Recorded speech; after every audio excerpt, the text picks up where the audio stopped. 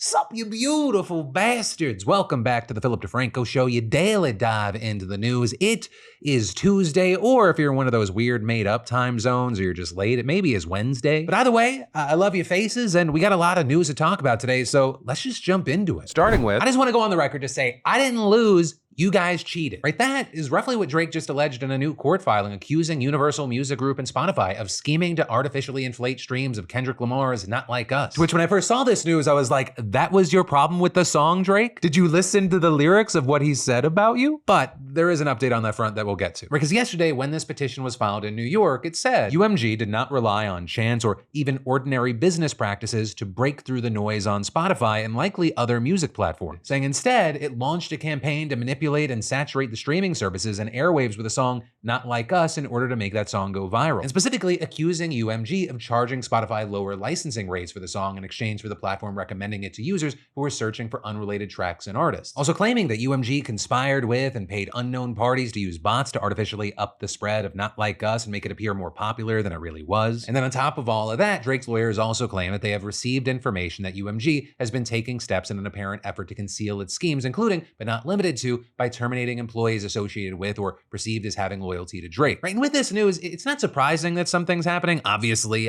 Drake was not going to be a fan of that song. Right? It's got to be a very weird, unique thing to be in a beef with someone. They sing song that you're a certified pedophile, and they get rewarded with a #1 spot on the Billboard charts and get nominated for Song of the Year at the Grammys. Right, but now what we're seeing is Drake's team saying that this success is the result of a big conspiracy, right, accusing UMG of violating the RICO statute that's often used in organized crime cases. So with that, you have outlets saying that this specific legal action, it is a bit surprising because both Drake and Kendrick's music is distributed under the Universal Music Group umbrella. But there, as outlets like Billboard explained, Drake says that some executives still had motive because of the, quote, internal corporate dynamics in UMG and Interscope, which reward incentives based on how specific divisions do instead of the overall performance of UMG. The outlet also explaining that this filing isn't a lawsuit. Rather, it's a so-called pre-action petition, a procedure under New York law that aims to secure information before filing a lawsuit, though that doesn't technically guarantee that the parties named in these filings will be eventually hit with a lawsuit. And so far, what we're seeing is that UMG is denying the claims here, saying the suggestion that UMG would do anything to undermine any of its artists is offensive and untrue. We employ the highest ethical practices in our marketing and promotional campaigns. No amount of contrived and absurd legal arguments in this pre-action submission can mask the fact that fans choose the music they want to hear. Or in other words, saying, it's not our fault that the general public really liked a song that just read you to filth and attacked absolutely every element of your being. But there, Drake's still fighting them, claiming that he has tried to engage UMG in discussions to resolve the ongoing harm he has suffered. But Drake saying they've refused to engage and instead pointed fingers at Kendrick and suggested he take Kendrick to court. All of that leading to the update this morning where Drake took things even further, filing another action against UMG accusing the label of defamation, saying UMG knew that Kendrick's song falsely labeled him as a sex offender, but they let him release it anyways. And adding, UMG could have refused to release or distribute the song or required the offending material to be edited and or removed. UMG designed, financed, and then executed a plan to turn Not Like Us into a viral mega hit with the intent of using the spectacle of harm to Drake and his businesses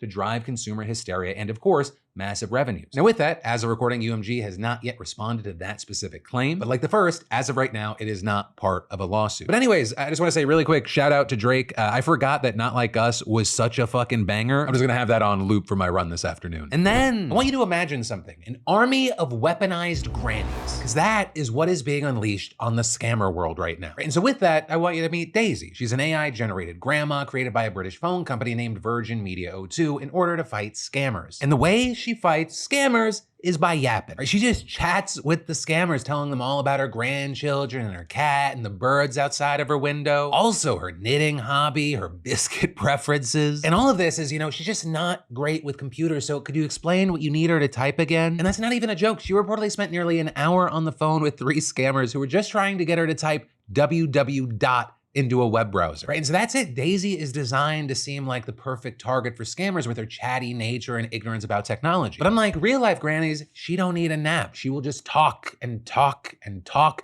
and she won't die. She'll just keep talking. Well, I do have a computer, but I'm not currently at it. Yeah. I was actually just about to sit down with a nice cuppa and some biscuits. Do you like biscuits, Peter? Oh dear. I'm 78 years young.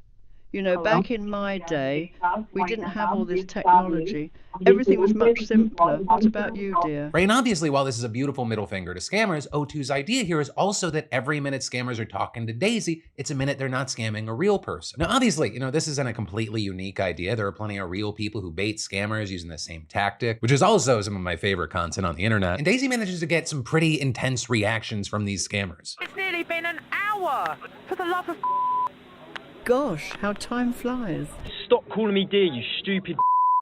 Got it, dear. But again, Daisy doesn't need to stop, though. Daisy is fun, but isn't an end-all solution. Where scam calls are just on a completely wild scale. Last year, there were tens of millions of them around the world every single day. And of course that's the scale, because there's so much money in this, right? One anti-scam consortium reported that victims were scammed out of over $1 trillion worldwide. And then, if you are clinically obese, listen up, because the big news that we're seeing right now is that Biden officials are ready to cover the cost of Ozempic for you, but the Trump camp might squash it before it can even happen, right? And that because the Biden administration just proposed expanding Medicare and Medicaid coverage for weight loss medications like Ozempic. I mean, we're talking about coverage being expanded to 7.5 million people enrolled in Medicare and Medicaid, which would be a substantial change considering that the current rules make it so that Medicare doesn't cover weight loss drugs. Though, asterisk, a lot of Medicare beneficiaries do get Ozempic or Wegovy to treat heart disease and diabetes, which are conditions made worse by obesity. Now, as far as why the Biden administration has decided to make this change, officials say that it's thanks to a recognition that obesity is, quote, a chronic disease based on changes in medical consensus. There's also some concern regarding the timing here. They're seeing Health and Human Services Secretary Javier Becerra explaining the super late term announcement by saying that Biden officials needed to come to a scientific agreement, right? And that it had nothing to do with the election. But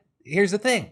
Timing. While Biden officials say that this new proposal would boost public health, putting pressure on the incoming Trump administration to finalize it in the days after he takes office, that may be a long shot, especially considering Trump's pick for the new HHS secretary is RFK Jr. Because RFK Jr. has openly spoken out against weight loss drugs, even blaming them for hiding the root problem of poor health in America. Now with that, in response to the concern about RFK Jr. shutting this proposal down, Becerra said that he would urge him to look at the data showing the benefits of weight loss drugs, even making a comparison to vaccines, which considering who he's talking to here, probably not the best strategy. But that said, there is a chance that not everyone in the upcoming administration will be against this. In fact, Dr. Raj, Trump's pick to head up the Centers for Medicare and Medicaid Services, has repeatedly hyped up weight loss drugs, with him even naming Ozempic in an Instagram post last year, saying, "We need to make it as easy as possible for people to meet their health goals, period." And all of this, as notably, these proposed rules will only reportedly apply to beneficiaries that are obese. It's a Karen and Jacob just trying to lose that last 15 pounds. It's not about them. Under this proposal, even those who fall into the overweight category are not eligible unless they have another condition. But considering that roughly 40% of Americans were obese between 2021 and 2023, according to a recent CDC report, we're talking about a change that could make a serious difference in the lives of millions. So of course, with this proposal, there is a price tag attached to it, with this proposal reportedly costing taxpayers as much as $35 billion over the next decade, which considering the promises that Team Trump have made to cut government spending, I mean, that could be enough for them to shut this down. But the counter argument to that is that obesity is expensive, right? You have the CDC, for example, saying that annual obesity-related medical care costs in the US in 2019 dollars were estimated to be nearly $173 billion. And this is you have places like the Milken Institute, which is a nonprofit in Santa Monica, California, saying it goes beyond just direct costs, claiming that American businesses lose $1.1 trillion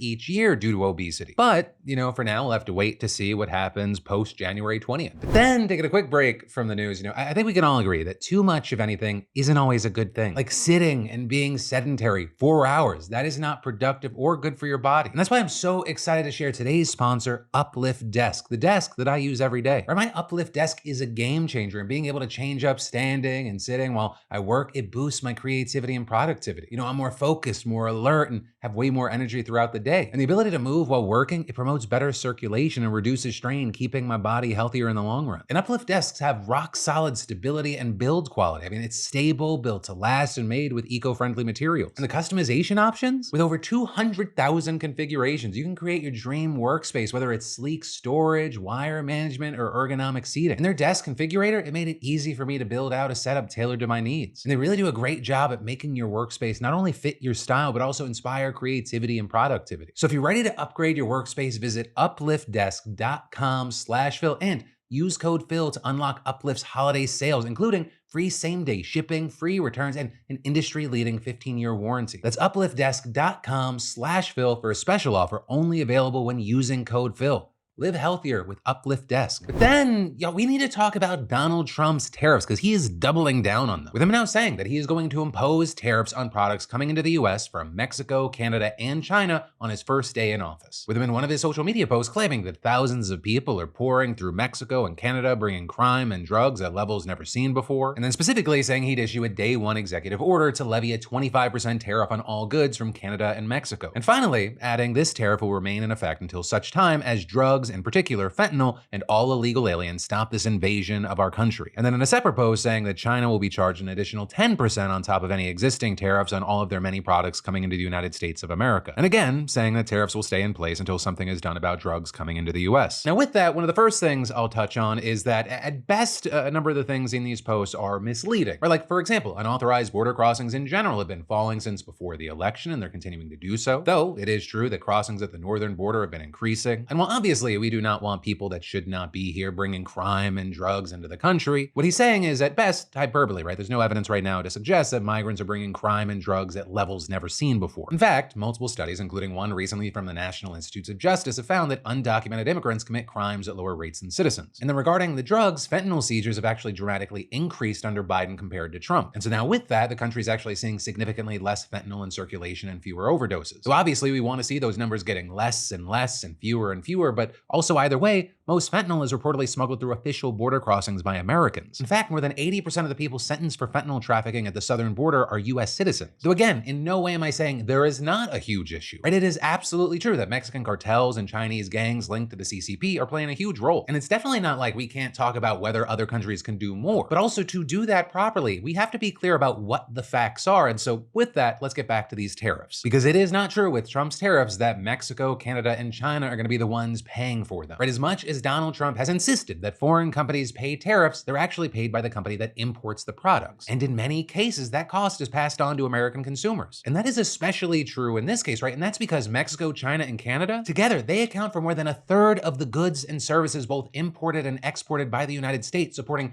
tens of millions of American jobs. Also, notably, little thing, imposing tariffs on Canada and Mexico would violate the terms of the trade agreement that Trump himself signed in 2020. And with all this, it's important to understand this is not a one-way street. Starting with the fact that, while other countries don't technically pay the tariffs, it doesn't mean that they won't be hurt by them. In fact, a number of the people who support Trump saying all this stuff about tariffs are saying, oh, he's playing this game of chicken, right? And that because, for example, the Mexican economy could be hit especially hard since it's so dependent on American trade, exporting about 80% of its goods to the US, right? And all this is other countries can also play the tariff card. But you just had a spokesperson for the Chinese embassy in the US saying, China-US economic and trade cooperation is mutually beneficial in nature. No one will win a trade war or a tariff war. Right? And so one, with that, there's concern that these countries could respond with tariffs of their own, or two, otherwise be less inclined to cooperate on issues like immigration and drug smuggling. And again, to that point, you had Mexico's president, one, suggesting her country might retaliate with tariffs of its own. And this is two, she pointed out that Mexico is actually dealing with an influx of weapons being smuggled in from the States. But again, all of this, as there are some who believe that this is just a negotiating tactic from Trump, right? And even perhaps a bluff. But on the other hand, you have some saying we should take him at his word. With, for example, a professor of trade policy at Cornell telling the New York Times, the increasing specificity of Trump's tariff threats, both in terms of the amounts and the countries to be targeted, indicates the strong possibility that these are looming actions rather than just blustery threats. But hey, for now, we're gonna have to wait to see what happens. We're a little less than 2 months away from Donald Trump taking over the presidency again. Personally, at this point, especially because the man is no longer campaigning, I say when he says something that he's going to do, believe him. And in the meantime, maybe start just taking pictures of how much stuff costs. And in particular with this situation, I'd say fruit's probably the easiest, because annually, I think we import about $18.7 billion of fruits and veggies. Though arguably the bigger exports are things like auto parts, vehicles, electronics, also beer. Yeah, I guess we'll see. And then Israel has now approved a ceasefire proposal to end the fighting with Hezbollah in Lebanon. And this, as the fighting is still continued until the ceasefire officially goes into effect later today. But in any case, we had Netanyahu announcing the news in a television address saying, the length of the ceasefire will depend on what happens in Lebanon, and adding, with the full understanding of the United States, we are preserving full military freedom of action. If Hezbollah breaks the agreement and seeks to arm itself, we will attack. But notably there, with Netanyahu's backing, it's expected to move forward. And with this, you had Netanyahu saying there were 3 reasons to support a ceasefire. 1, it would allow Israel to focus on Iran. 2, it would give the country's military an opportunity to rebuild its stockpiles. And 3, saying that it would isolate Hamas. And as far as what the deal actually says it would begin with a 60-day process during which both sides would stop fighting and withdraw from southern Lebanon. Israeli forces would return south of the border, Hezbollah would retreat north of the Litani River, and the Lebanese army would fill the void. Also, as mentioned, Netanyahu vowed that Israel would attack immediately should Hezbollah violate the deal by firing rockets or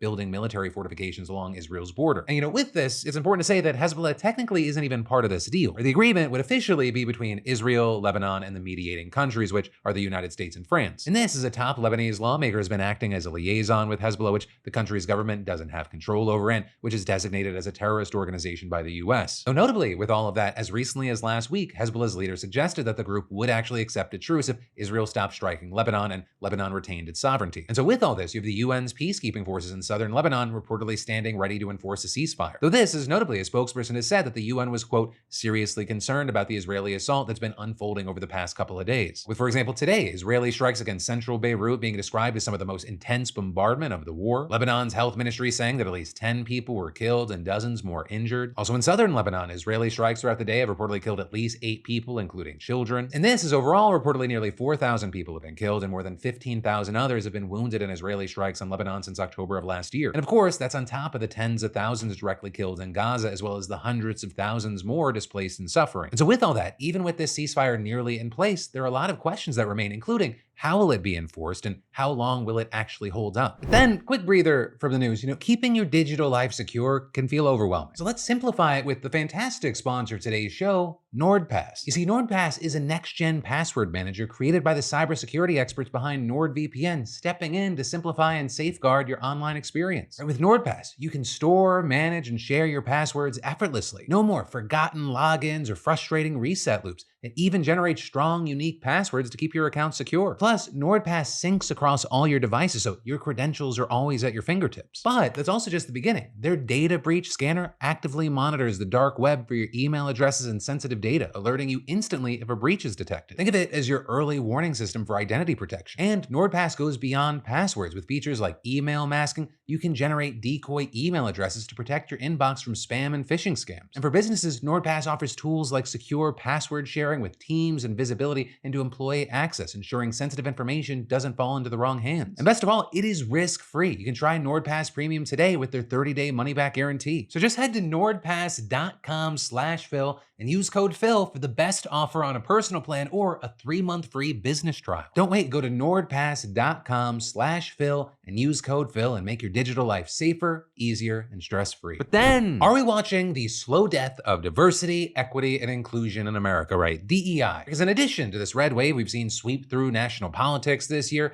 there are a few other trends suggesting that DEI is on the decline. Starting with, for example, the news that Walmart, the largest private employer in the world, is quite literally erasing DEI terminology from its official communications, with it instead using the more neutral term belonging and taking several more material steps as well, such as, for example, removing race and gender as considerations when choosing suppliers, disallowing third-party merchants for marketing certain LGBTQ-themed items online to children, cutting off funding for the Center for Racial Equity, cutting off data sharing with the pro-LGBTQ human rights campaign, and ending DEI training offered by the Racial Equity Institute. And while obviously Walmart is the big example, they are not the only company recently purging DEI language from their materials, with many others including Eli Lilly, Starbucks, Duolingo, JetBlue, and Salesforce taking similar actions, which is a drastic change considering how much corporate America, I believe the terminology is, threw their whole pussy into racial equity and DEI initiatives during the BLM protests in 2020. But the larger the conservative backlash since then has created a social, political, and legal climate many companies find too hostile. Whether it's boycotts against firms like Bud Light, the Supreme Court striking down affirmative action last year, or right-leaning groups filing lawsuits against race-conscious corporate and government programs. But also understand, it's not just the higher-ups, right? Employees are also turning the same way. Pew Research, for example, finding that between February of last year and fall of this year, U.S. worker support for DEI initiatives slightly decreased, with specifically the share of workers who say focusing on increasing DEI at work is mainly a bad thing, jumping from 16 to 21%. Though still, just over half, 52% still say it's a good thing. And then with this, when you break down the demographics, you get what you'd expect, with women and Democrats as well as Black, Hispanic, and Asian workers most likely to support DEI in the workplace, but then men and Republicans are much less likely to support it. And also a share of Asian workers who do support it, that's dropped 15 points. Now, interestingly here, for all groups, most people agree that DEI helps Black, Hispanic, and Asian men and women. Then opinions about whether it helps helps or hurts white women, those are mixed, and way more people say that it hurts white men than helps them. And so all of that touches on public opinion, where it's at, but then who's actually right? Does DEI help or hurt the people it targets? And of course, that's a debate that I'm not gonna settle here, but I do wanna talk about a very controversial study that just came out and is stoking some criticism, because it's from Rutgers University Social Perception Lab and the Network Contagion Research Institute, or NCRI. And what they did is that they exposed people to DEI materials on race, religion, and caste from popular authors like Ibram X. Kendi and Robin DiAngelo to observe how it influenced their responses to survey questions. And while in theory, DEI is supposed to make people more understanding of one another, researchers say they found that it engenders what they call a hostile attribution bias. It amplified perceptions of prejudicial hostility where none was actually present, as well as punitive responses to that imagined prejudice. Or to better explain it, here's an example, The researchers presented people with a totally race-neutral scenario about a student applying to an elite university. They get interviewed, they get rejected. And despite having no evidence for it, participants primed with DEI materials perceived more discrimination and microaggressions. And in fact, they were also 12% more willing to suspend the admission officer for a semester, 16% more willing to demand a public apology to the applicant,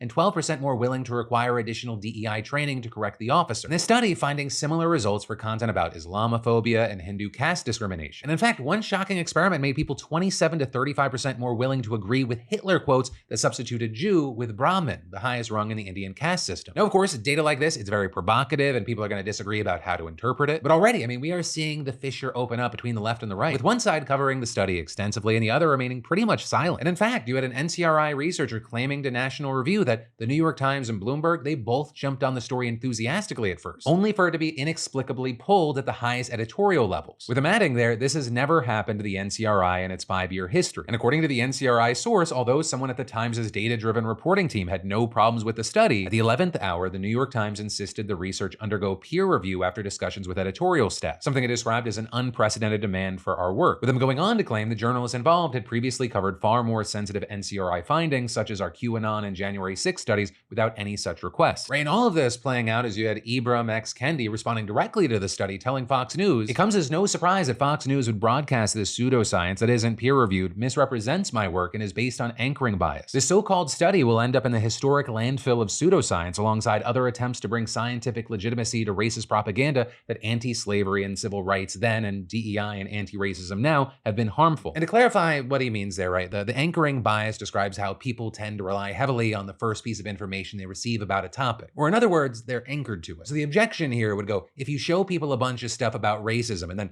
make them read a seemingly race-neutral scenario, they're primed to read it through a racial lens. It's obviously a very polarizing and divisive topic, but with that, I gotta pass the question off to you. What are your thoughts here? But then in big international news, a massive protest in Pakistan just turned deadly. Because by this morning, as many as 100,000 had entered the capital city of Islamabad, with the people demanding for the release of the country's jailed former Prime Minister, Imran Khan. And so far, reportedly at least 7 people have been killed in the violence, with dozens injured and thousands getting arrested. To understand how we got here, we first need to talk about who Imran Khan is. With him actually first rising to fame as one of the world's greatest cricket players, leading Pakistan to its only World Cup victory in 1992. He then formed his own political party in 1996, and in 2018, he became prime minister. And this notably with many saying that it was the backing of the military, which for decades has ruled Pakistan either outright or from behind the scenes, that finally brought Khan to power. Khan, however, denies that the military had any role in his election, and really whatever the case may be, there's no doubt that they're on opposite sides now. Because in 2022, Khan was removed as prime minister by a vote of no confidence, with him then later being arrested and sentenced on corruption charges the next year. Charges that he and his supporters claim were politically motivated attempts to get rid of him after he began publicly criticizing the military. And with that, Khan has continued to accuse the government and the military of conspiring against his party and undermining democracy, including